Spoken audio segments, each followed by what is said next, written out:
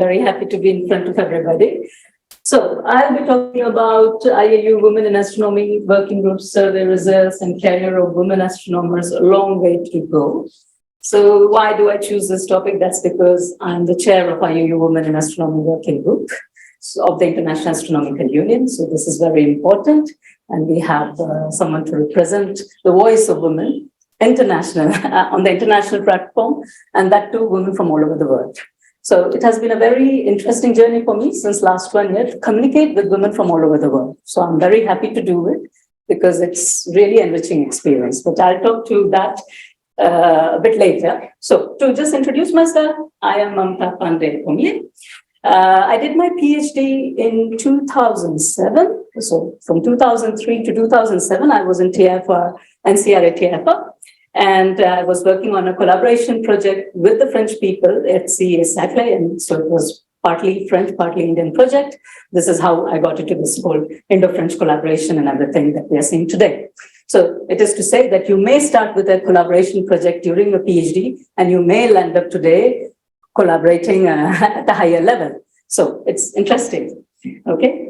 Besides that, I'm also a member of the European EU Commission Expert Proposal Reviewing Committee. So that's also very nice because you get to know all sorts of new projects which are having high importance today and where people can collaborate and work, etc.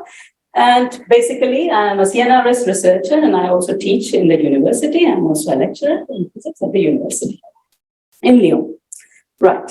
So that was my introduction. But besides that, what I want to show over here is all sorts of work that a PhD student has to do right from his or her PhD up to, let's say, 20 years. Starting from the PhD and 20 years down the line, all sorts of efforts that you have to do to be in the field and to continue to sustain your career. And there's no guarantee to have a permanent position.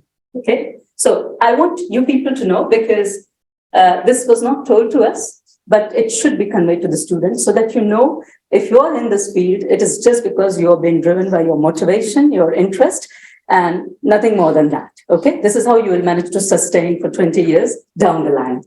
Otherwise, if you get a good position as a data scientist, take it. Because then the researchers, the astronomers are going to come to you to solve the problems. Okay. So to start with, I just showed you this because I don't want to offend anyone else's career. So I put mine here. That's the reason. Okay. So from 2003 to 2006, I did my PhD. I have been imaging with the GMRT at very low frequencies. GMRT data analysis is long, consuming, difficult. It's not that straightforward and easy. You have to interact with the data a lot because you have to remove all sorts of RFI to get the best images at very low frequencies, to get the genuine signals and then to interpret your results. So imaging is long consuming procedure. And we have got big classes because of that today. And all the PhD students who are working with the GMRT data are having a good time with that, even abroad. So I started with the GMRT data analysis, then I went with LOFAR commissioning, then I went ahead with NanoFAR, which is a LOFAR escape pathfinder in France. So you can see the images with GMRT, with International LOFAR Station. And so that is a BLBI LOFAR, and this is NanoFAR, which is at 50 megahertz. That was at 110 megahertz, and it is 610 megahertz with the GMRT. So you can keep on going lower in frequencies. You will see all sorts of RFIs. You will start to fight more with the data to get the best signals out and to do your science correctly and not starting to see all sorts of artifacts and doing wrong interpretation. So data quality checking is very important in radio astronomy, but I think in all astronomy. Okay, so besides that, until now, I've got 10 funding, so that's not a small number also, from the Dutch government, the French government, and the generous Indian government as well, including RRI and ISRO into it. So that has been really helpful for my career. So don't give up on writing funding proposals. If you have an opportunity, write, get your money, have your contract, do your research. That's the strategy I followed because I saw it was big competition. You may get, you may not get. So always try to have the other way of getting funds to sustain your career. So I've gone until now 10. I've been also teaching. Don't give up teaching because one may think, okay, it's time consuming, but it enriches and deepens your knowledge, your basics. And it also gives you an opportunity to have career in teaching, if not research. And that's not something to be neglected because you don't have permanent positions in research, but you have more and more jobs in teaching, which will never be out in any country. So it is always needed. So that was the advice given to me by my French guide during my thesis days in 2003. I followed it, and indeed it has been useful. So this is why I would like you to know that. Right? So, so I've been teaching since 2010 in French, in France. So that's again challenging, accept the challenge, just do it. I've been leading international exchange programs between France and India. And so you can see all those things. Besides that, you have to keep up with whatever is happening currently in your topic of research. So of course, I participate a lot with the SK activities. So I have written several SK White Book chapters, participated into it with other collaborators. I'm a part of the SK Regional Center Steering Committee. So what we do is all those international scientists who have been submitting SK Phase 1 proposals. We are looking at the science case. We are looking at their requirements for their science case. We are also looking at what SK Phase 1 can do and whether their science is feasible or not at this stage, whether they have to wait, whether there are changes needed on the in the systems of the SKA, and what suggestions we can give as an expert who have done some data commissioning work in the past. So that's what I do with the SKA team. So that's the Manchester group. And then I'm a part of the working group committee and executive committee even in India, SK India. And I'm leading 3 science projects with the SK Phase 1. Okay, which is on galaxy clusters, AGNs, lensing clusters, etc. So that's very important because there are not so many people who are doing it. I'll show you at one point maybe some, so that's going to be on Thursday about this part, but it is just to say that not many people are into it for the moment. But from India we have, because we have the expertise in radio astronomy. And that's the reason why it's important for India to participate, to be present in all those SK-related activities and to develop this kind of multi-wavelength synergy projects with other instruments in India. So we have to do that. Besides that, I've been doing instrument commissioning, as I said. So I worked for LOFAR, for international LOFAR and NENOFAR. And so data quality checking, imaging, making genuine images and making sense out of whatever we are seeing. I've been also training students, 20 graduate students from graduate, master, college up to postdoc level. And I've organized until now 25 international school conferences and whatever in Europe and France, Franco-Indian, IAU related. We have been doing all sorts of training programs under our Women in Astronomy working group. Besides that, I also review a lot of proposals coming from the GMRT, coming from the EU Commission for funding, coming from the European countries, other European countries in science committees. So that's the reason why I know all sorts of science that people are doing, what is the most important projects for the moment. And I'm also part of journal editor board members, etc., and the thesis evaluation committee, etc. But besides doing all this, when you're just pushing your career and you want to just get a permanent position and you want to show that, yes, you are a serious candidate, you should not forget that outreach is also important. So try to participate into outreach because that is another way also of getting jobs into research. So it's not something, and it's getting more and more important now everywhere in the world. Before it was less, but it's getting more important. So one has to do that also to gain experience, but also to widen your own knowledge and to convey whatever you have learned to the general public, because you are funded from public money. Don't forget that, and you owe to return it to them. So that's the reason why I do it since 2017.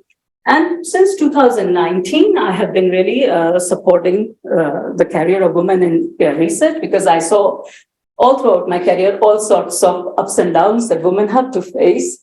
There were not so many women faculty members when I was doing my PhD, whether in India, whether in France.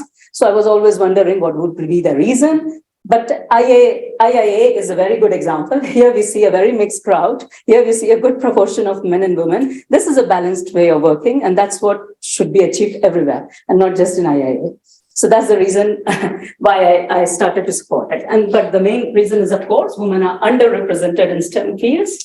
They're because of lack of awareness, training, family situations, society practices, stereotypes, all sorts of problems are there. So we conducted a survey to pass this information and to see really if it happens or not. So I'll show you the survey results. So the best way to do is to go to the IAU, because it's an international organization with all the astronomy related activities going on. And you take the members' data and you see how many men and women are there. It's just straight and simple like that. So there are around 12,000 members in this International Astronomical Union from all over the world.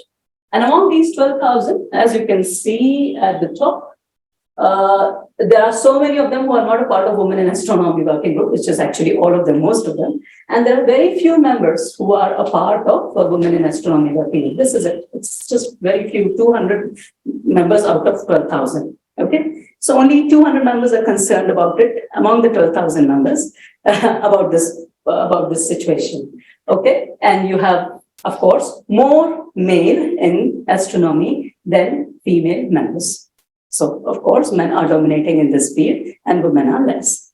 Right. So that's the situation. If you take it percentage-wise, what you would see is there are around 79% male and around 21% female in astronomy. That's the proportion coming out from this data. It was also done in France. A survey was done in France by the French government, and the French government is actually publishing it every year, the statistics for all the students in the university, starting from their graduation up to the permanent faculty positions. They're doing it, they're putting it on their higher academy website, so the education ministry website. So you can always download the data and you can see the statistics, the current ones. And this number continues to be same, 19, 20, 21. It goes up or down slowly.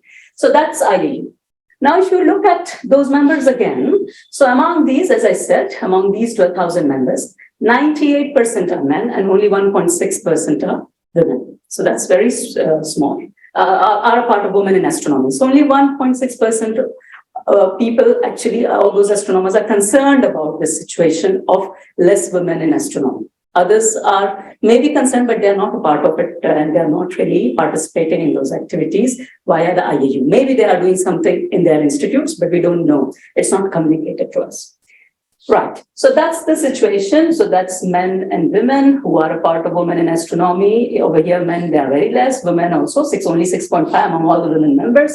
And if you look at all the members of this Women in Astronomy working group, you have 11% men and 88% women. Okay.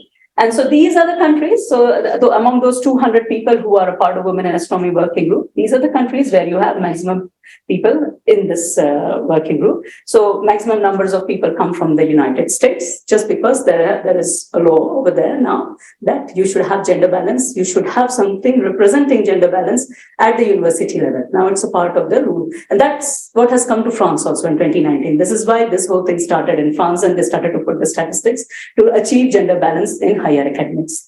Before that, it was not there. So this should become a kind of a rule or a law at the universities level that it should be published. Only then some action will be taken. Otherwise, it will be just gone. Right. So the dominating country is US, where you also have 4 male members, but 25 female. Then you have Italy, France, and after France, you have India. So Indian women are there. They are also active in this Women in Astronomy working group. And so that's the 4th country. And then afterwards, the number keeps just going down. You have UK, you have Germany. They're far behind, actually. So India is dominating in that part. So that's very nice. Right. Now, if we go continent-wise, what we will see is this is Europe, America, Asia, Africa, Oceania, and Middle East. And when you look at this 21% cutoff, you will see that many countries in Europe have lots of women who are active in astronomy. These are not Women in Astronomy working group members. These are the complete members. So in Europe, this is really taking up. This is an important issue. Government is pushing for it. European Union Commission, funding agencies are pushing for it. And that's the reason why there are more and more countries where at least more than 21% cutoff limit has been passed, has been achieved by many countries. So, so that's the number here. But still, you can see here, Germany, Netherlands, they are below 21% cutoff. So that while average countries in Europe are having more than 21% women active members in women in the IAU, countries like Norway, like Denmark, Netherlands, Germany, Poland, United Kingdom, Switzerland. These are all countries where the numbers are still less for women. So there are not so many women doing astronomy, or they're not so active. When you come to America also, you will see that United States, it's also below 21%, whereas you have a country like Cuba or Peru where the number is high. But that's just because the number of members were also very less. So that statistics shows this kind of results. When you come to Asia, India is below this 21% cutoff. India is here. So we need more Indian women actively participating in IAU to represent the country. Not only women, men, everyone, but at least women should join more and more IAU. That's the point. How does it help? At least it keeps you aware of what's going on at the international level. And you may find it interesting to implement it in your institute or not. That's another point. And whatever is possible as per the country policies, which everyone follows. But we need more women from India in the IAU members. Africa, you can see very few countries. So the ones which are in red, we had very few members, only 2 member or 10 member. So this is why they don't count so well for the statistics. So in Africa, basically South Africa is more active, but other countries are really below 21%. When you go to Oceania, so they are up to 21%, so that's Australia. And then when you come to Middle East, actually, we just have Turkey, which is active. Other countries are really having very minor contribution into astronomy. So that's the situation. So why such a low cutoff? That's because of lack of awareness. This is why I did all this and I'm presenting you to create awareness and to know where we stand. So that's the situation. And of course, family situation, family responsibility, social practices, where women are taking care more of the family than men, and then professional support. Do they get support in their institutions when they have children, when they have elderly caregiving responsibilities over them or not? All these matters. And that's the reason why their number goes down. So gender imbalance is seen in all the countries. It's not about India or not about France or anything. It's everywhere present. It points towards need for significant efforts to increase the participation of women in research. And it's not only about just telling, okay, go and do some volunteering work, but it's really into decision-making, funding, and steering committee roles. That's where exactly when women are represented, that's when we know that the system is doing something for women. Otherwise, it's just using them to do some talks or whatever. Right. So we carried out a survey from our side also. So it's not about just IAU members, but we carried out a survey in meetings that we have been organizing. So this is a survey over 3 years, and we got the response from 750 members. So as I said, I've been organizing a lot of meetings in Europe. This is why in this survey, we have more participants from Europe, followed by America, Oceania, Asia, Africa, Middle East, and others. So more than 50% participants from this survey were from EU countries. So the results are mostly, one would say, dominated by the views from European participants. So please remember that. So what do we get from our survey? What we see is that women are, so this is all female, and we start from male over here, the one, these ones, I mean. It's starting from permanent senior researchers, then junior researchers. These are all permanent in blue. And from green onwards, it becomes non-permanent. Senior researchers, junior researchers, engineering, and outreach. And here it's permanent male researchers, senior, junior, engineering, outreach, and this is non-permanent. So what you will see is the senior female researchers are only 17%. Okay, whereas non-permanent female researchers having postdoc positions maybe until 40, 50, I don't know, it's 31%. This is dominating in the statistics. So women are always holding some kind of temporary positions even at older age, which is not the case with men. You can see here, these are younger men, so they are only 10%, and these are older men, and they were 8% because they did not care to participate so much in our survey. That was the reason, okay? So that's why the number is so small. But the one who is most affected is these, and they have participated well. So that's the reason why we have more women, non-permanent, shown up over here. Okay, so why is this imbalance? So let's see what the reason was that women are actually having maternity leave. And so as soon as they choose to have family responsibility, and especially children, this is when the maternity leaves come into practice.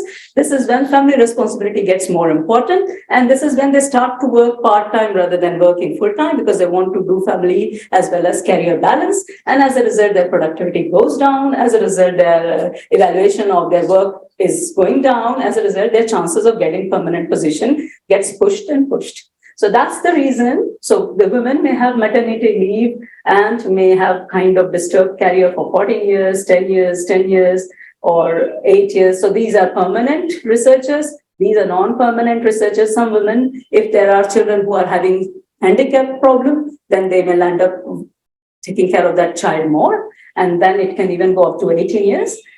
Whereas women researchers who don't have children, they don't have such breaks. And men who have children or may not have children, they don't have such breaks. Their career doesn't get affected at all. It is visible from the survey. So when you don't take any maternity leave, you are available 100% to work. And when you are available 100% to work, you progress and your evaluation is good and you get permanent positions. It's just straight like that. That's what we got from this survey. So what are the other factors? It's not just about about having children and maternity leaves. So women are doing multitasking. Not enough funds to bear the added charges. Of course, when your family grows, you need more funds, more financial support in the family. But women have to reduce work hours if they want to work. And then the finances, they go down. So there are lack of kind of support. And they're obliged to even accept underpaid or unpaid contracts if they want to carry on with their research career. If they want to carry on. So that's another point. And they have no time to do networking because, okay, it's 4 o'clock, I have to go and fetch my child. I'm not standing here and chatting with you about my project.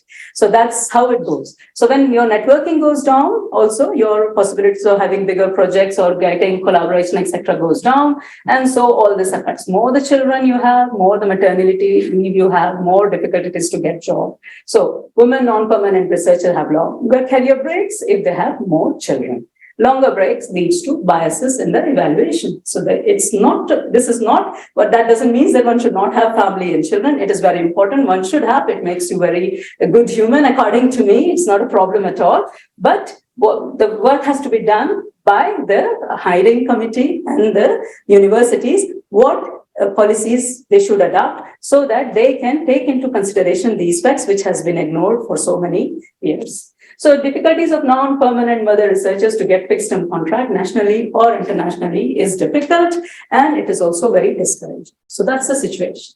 So I show you over here a typical graph. Okay, so what happens over here? You have a typical student exactly like in this room where you have male and female starting their PhD positions.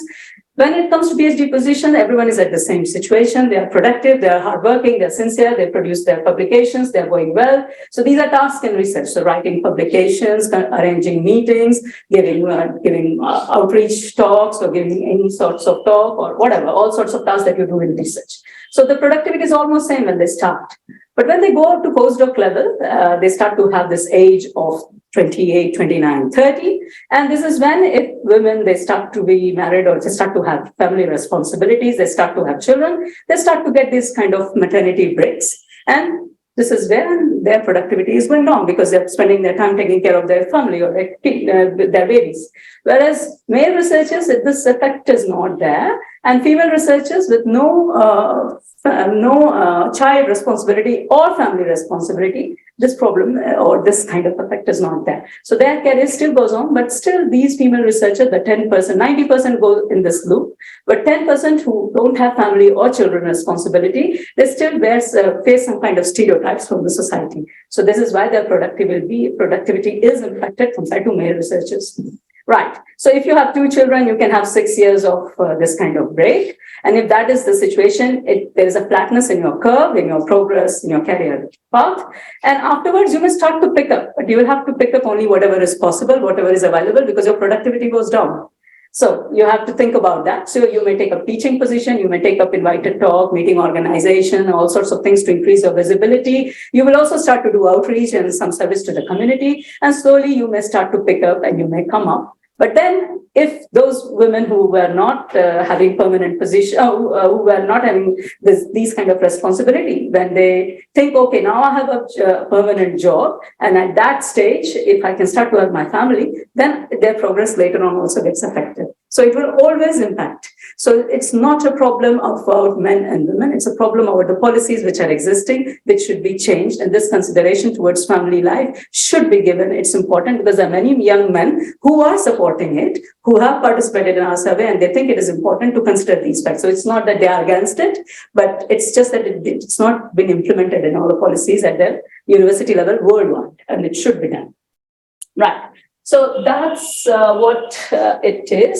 Now let's see. So there are certain terms that everyone should know here, at least all those young people, that when it's your PhD years, you have these 5 years, you may have typically, as we see in this room, 55% men, 45% women, all entering into this kind of channel. This is called the famous leaky pipeline effect. So they all enter, they start to do their PhDs, but once they are finishing their PhDs, women are either getting married, starting to have families, so they are just flushed out of the system. And then men, they still remain, but the women start to reduce. So then there's, at the postdoc level, you will find, so 6 to 17 years from after your PhD, you will find 75% men, and you will find only 25% women.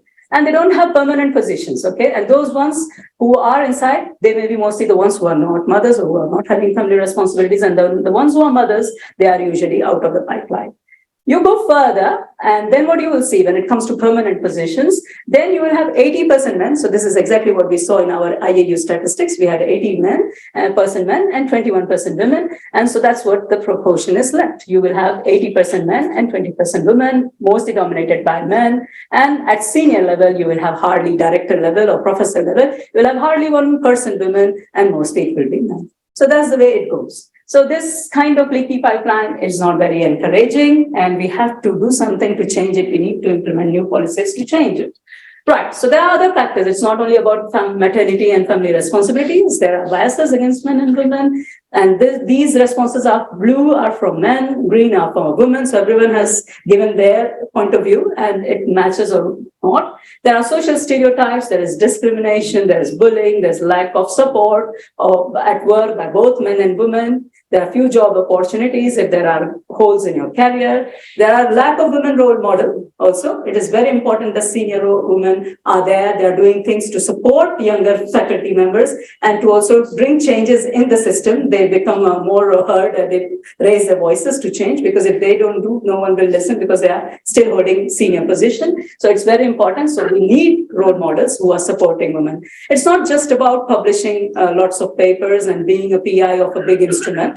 That's not the only thing. They have to also help the younger generation. So that's very important. So then there are all sorts of unfair, unethical way of evaluation of work, suppression, racism, need for over-socialization to get jobs, overworking constraint, low salary, all sorts of problems are there which are affecting the career of researchers. But the impact is mostly seen on women research.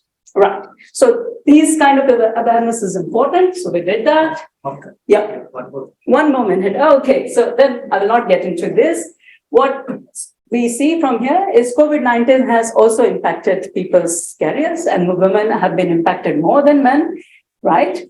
So there are challenges. So how to fix that challenge? So we have the stereotype, we have discrimination, bias, and neglect of expertise of women.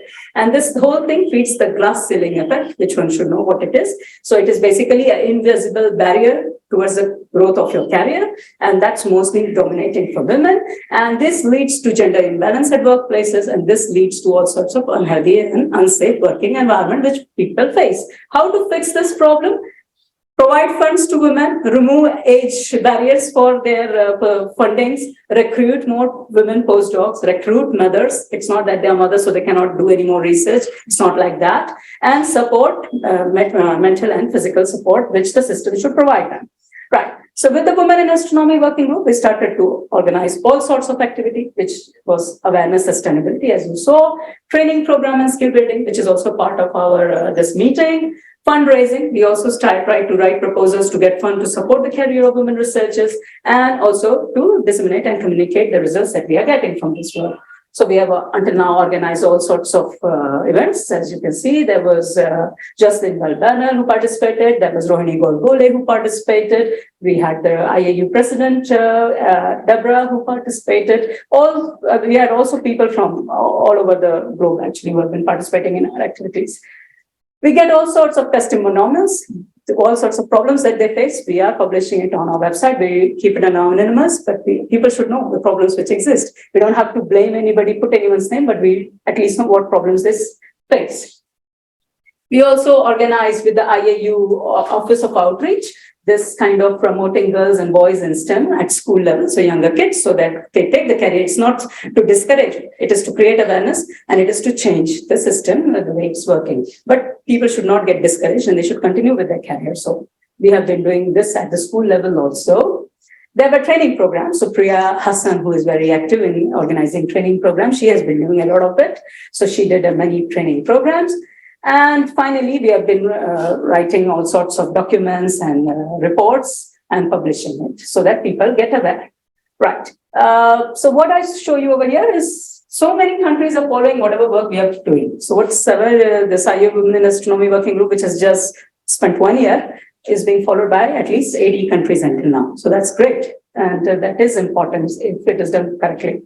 We also tried to get funds. I wrote 3 proposals. They were unsuccessful. That means there are no funds for something like this. It's a new idea which is being pushed and it's not existing. Safipra gave us 1 funding, and with that we have hired 2 people now, and both 1 man, 1 woman, and they are here in this room for the moment. Right?